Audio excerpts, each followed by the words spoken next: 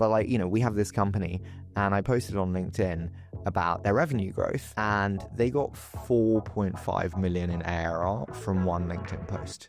So here, like with every show that we do, we create 60 to 70 clips, 20 for each different platform, different hooks, different fonts, different colored fonts, different intros, different music.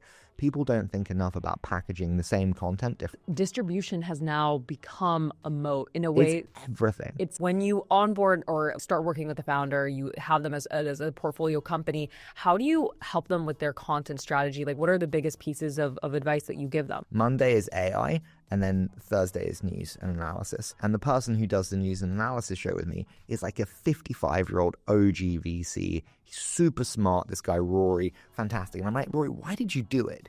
And it's because he's like, you beat me to a deal, and let's be honest, I've made billions of dollars for my investors over 30 years, and you have a frickin' podcast. That is the power of distribution. You heard it. Literally just putting yourself out there consistently for a long time can do literally like crazy stuff. And seeing how investors are getting so much more better deals because of that is also, I think, how younger investors can really stand out. Like, you're a younger investor and you might not have the experience of investors that have like this experience, but you're consistent with content. I think in the long term, you're going to do so much better. And so how does it look like when we actually work with them? Honestly, it's understanding very clearly what metric are we driving, which is one of three things. We're either driving customers, we're either driving talent, or we're driving future fundraising. And then we work together to create content maps, which we can align on which aligns to those. So if we're working on, say, talent acquisition for them, I will start thinking about how we can show the life inside that company in a really cool and compelling way for future talent. If we're looking at future fundraising, I'm going to be like, give me fear charts, which are up and to the right. Give me revenue graphs that make us look amazing, you name it.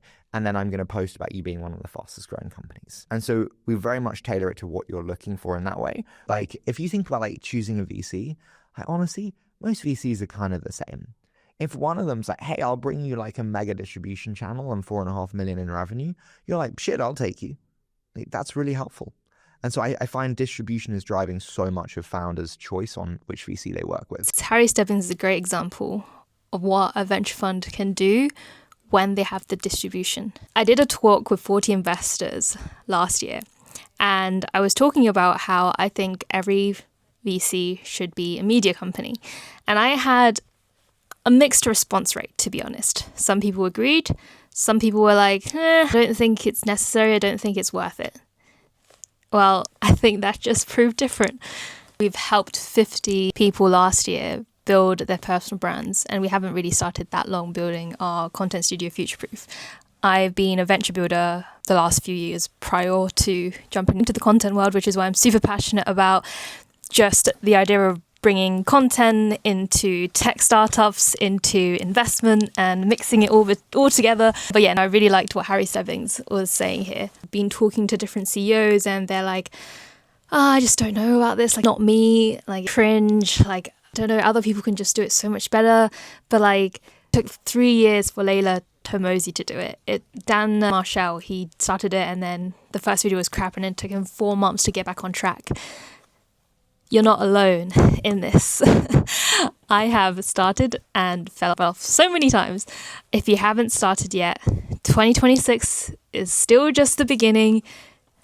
Get started, because one day, one person would see what you're creating. One person who would be the right person will reach out to you because of what you're posting, and that could completely change your life.